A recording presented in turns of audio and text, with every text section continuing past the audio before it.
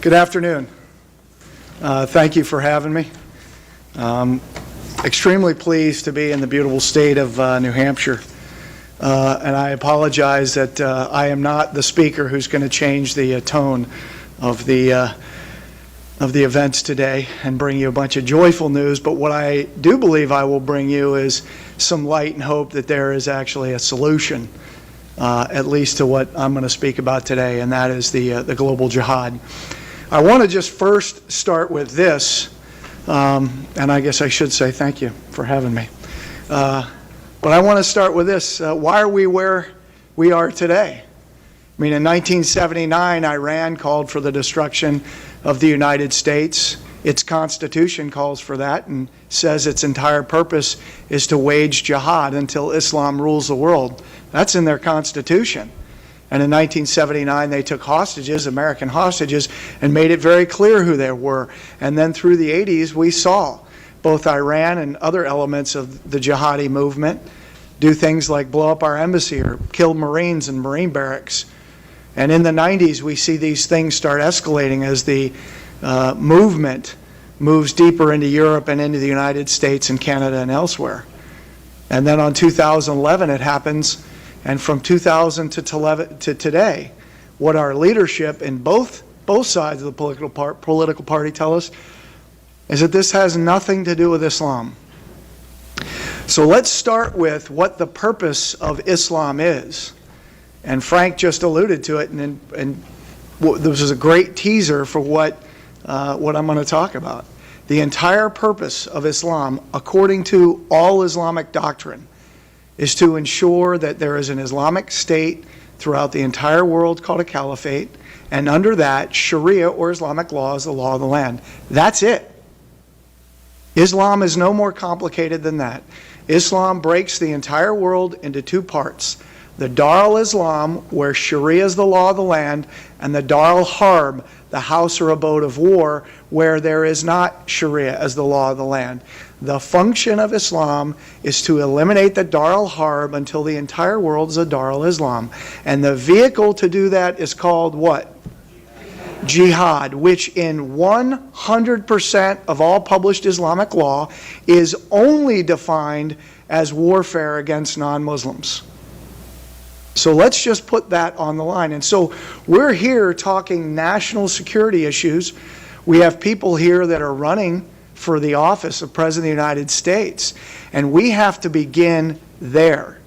And what I would put forth is that since, and actually prior to, but since 9/11, our entire national security apparatus has been unprofessional in its approach to this war, from the four-star generals to the office of the president, to the national security staff, to the leaders of DHS when it was created, the FBI, the CIA, and other agencies.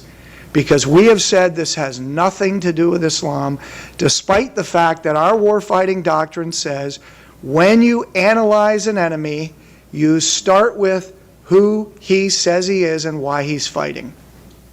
And 100% of this enemy that we're facing, from the jihadi in Chattanooga to the 9/11 hijackers and everybody before and in between, have all said we're Muslims waging jihad in the cause of Allah in order to impose Islamic law and establish caliphate, period. So that's what it is. And if we look in Islamic law, authoritative Islamic law, the kind you get at mosque bookstores, not at Barnes and Noble, you will see that 100% of them say that jihad is warfare against non-Muslims. And it's total warfare. It's not just guns and bombs. It's psychological warfare. It is political warfare. It's subversion. It is the whole 9 yards. It's total warfare, something that our DOD has not been practicing. I would say you'd have to go back towards Reagan administration and maybe even beyond that. Complete and total war against non-Muslims. Now, this does not mean that everybody who subscribes or self-identifies as a Muslim wants to live under Sharia or wants to live that. I had people that worked for me when I was at the FBI that were Muslim. And whether they had girlfriends or smoked or drank was not my business. They worked for us for a variety of reasons.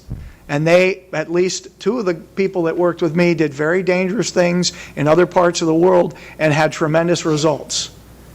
So I'm not here to point out one person and say, because you're a Muslim, you're a threat. What I am saying is, if you adhere to Sharia and seek to impose it on me and my family, you're a threat. And our government has a responsibility to protect and defend not only the Constitution, but the people of the United States from such a threat. And this is an easily definable threat, because 100% of all Islamic doctrine teaches this. As a matter of fact, I questioned what I would bring with me today to read from, because I have all kinds of Islamic textbooks and Islamic books of law. But I thought I'd bring this book, which is the most popular junior high school textbook in American Islamic schools, to give you a little taste of what it says. The word jihad is most often associated with the act of physically confronting evil and wrongdoing. If anyone dies in a jihad, they automatically go to paradise. A shaheed or martyr is described this way by Allah. Don't think those who were killed in Allah's cause are dead. No, they are alive, finding their bounty in the presence of the Lord. And the controlling verses for jihad are, in fact, 9:5, fight and slay the unbeliever wherever you find them, and lie in wait for them in every stratagem of war. And 9:29. So when you understand that this is what it is, we have to begin there, and we have to be honest about it. And if you are feeling uncomfortable about this discussion right now, then I would encourage you to engage and ask the tough questions. Because the problem is, it's now 2015, and we lost in Afghanistan, and we lost in Iraq. And we didn't lose because our military failed us. Our military crushed the enemy on the battlefield. We lost because the people we turned to as advisors, the Muslims, we can, all of them, identify as members of this movement. Muslim Brothers, Hamas, and in some cases, Al-Qaeda. I mean, the guy who was the advisor to President Clinton, the guy who met with President Clinton and Vice President Gore more than any other Muslim in America, Abdurrahman Alamoudi, turned out to be a Hamas Muslim Brotherhood operator who was a financier for Al-Qaeda. So if there's a misunderstanding of how penetrated we are and how successful their movement is, I think the evidence is the fact that we successfully defeated the enemy on the battlefield, but we came home with a defeat in those countries, ought to be a little bit of an eye-opener. Let me just go back to this for one more moment and just share this under what Islam is and how it's being taught. The way of life known as Islam is a complete way of life. There is no separation of masjid, mosque, and state. The basis of the legal and political system is the Sharia of Allah. The duty of the Muslim citizen is to be loyal to the Islamic State. This is being taught in the United States at the junior high and in some cases elementary school level. Okay, well, what does that mean if that's all there is? If there's just a few textbooks out there, or maybe even a lot of textbooks that teach it, but there's really no movement. But in fact, we know from the largest terrorism financing and Hamas trial in American history, the United States versus Holy Land Foundation, adjudicated in Dallas in 2008, that the most prominent Islamic organizations in America are a part of the Muslim Brotherhood's movement here, in all of North America. The Islamic Society of North America, the North American Islamic Trust, the Muslim American Society, the Muslim Student Association, the Muslim Public Affairs Council, Emerge, that new one, the U.S. Council of Muslim Organizations, and on, the American Muslims for Palestine, the Muslim Students Association. Those two organizations, MSA is on over 700 campuses in America, all the major college campuses recruiting for the jihad. And we're allowing this. And yet evidence and fact has demonstrated who they are. Well, let's just break this down numerically. 700 Muslim student associations, 150 Islamic societies of fill in the blank, Greater Manchester, and they now call themselves the Islamic Society in New Hampshire. That's a Hamas Muslim Brotherhood organization right here. All subsidiaries of the Islamic Society of North America. All of them. and there are about 150 of them. We have over 2,100 Islamic centers in all 50 states, the vast majority of which are controlled by these same people. We know that from land records and who the leaders are in these organizations. You have groups out there like the Council on American Islamic Relations that the evidence in HLF and in many other terrorism trials has demonstrated is in fact the fourth Hamas organization created by the Muslim Brotherhood here in the United States. And in fact, Hamas is an inherent part of the Muslim Brotherhood, not an offshoot like Al-Qaeda. Does that make sense? So when you say, well, we're going to work, like when the president says we're going to work with the Muslim Brotherhood because they're just a political entity, well, you can make the same argument about Hamas, except that's a designated terrorist organization. Now you start to add these numbers up, and these equal large numbers. And you start to see, well, where are the leaders of the Islamic Society in North America? Well, they sit on the Homeland Security Advisory Committee. They moderate panel discussions at the CIA. They get awards from the FBI. And their subsidiaries, like the Islamic Society of Boston, create jihadis, because that's what they're meant to do. And when they create jihadis who kill Americans, the FBI in Boston turns to them for help.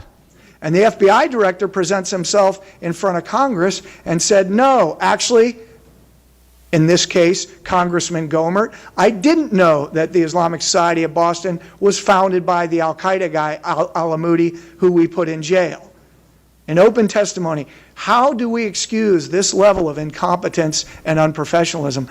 And when people are dead because of your unprofessionalism, that is criminal negligence, and I do believe we put lawyers and doctors in jail for that. We should start doing that to some of our leaders as well.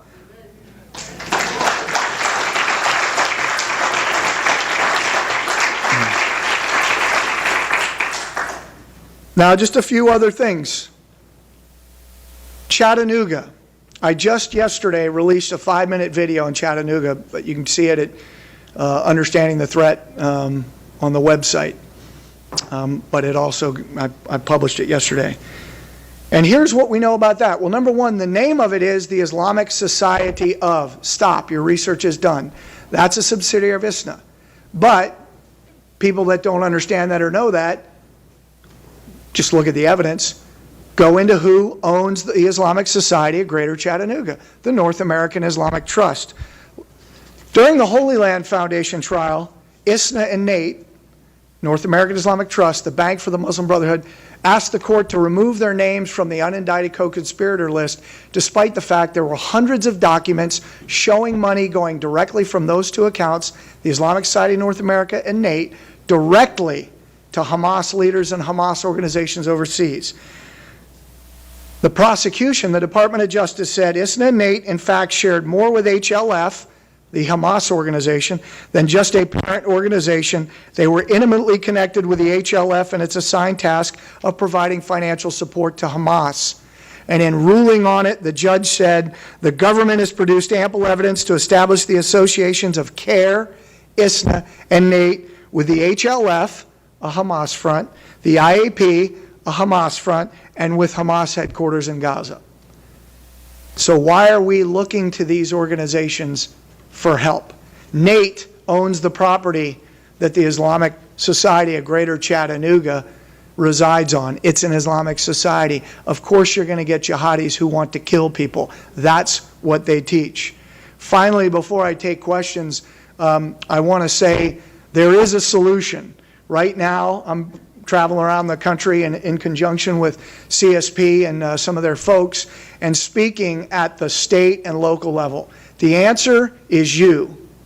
Local citizens putting positive pressure on local elected officials who then get their police trained, so local police who are the tip of the spear in a counterinsurgency, and if you haven't figured out, this is an insurgency in the United States, that's how it's going to work. If it sounds too hard or too complicated for you, let me just say then we're not going to win this. But I believe Americans can be incredibly savvy when we need to be. When the future, not only our future, the future of our children and grandchildren are at stake, I think we can get this done. That's the solution. Finally, we're here with presidential candidates speaking and putting forth their views. and you all are here to get a little grasp of some of that. And I would say this, no great accomplishment or idea has ever been pushed forward with the support of the establishment. From Jesus to Galileo to John C. Humboldt, Martin Luther King, and Ronald Reagan, there's never been any great, earth-shattering, changing idea that has ever not met with resistance from the establishment. So I'm not a politician, as you might have figured, but I would say the man I want to see leading in the war that we're going to be facing and are facing right now must be courageous enough to not only speak about this, to address it very clearly and be willing to abide by his oath of office. Thank you.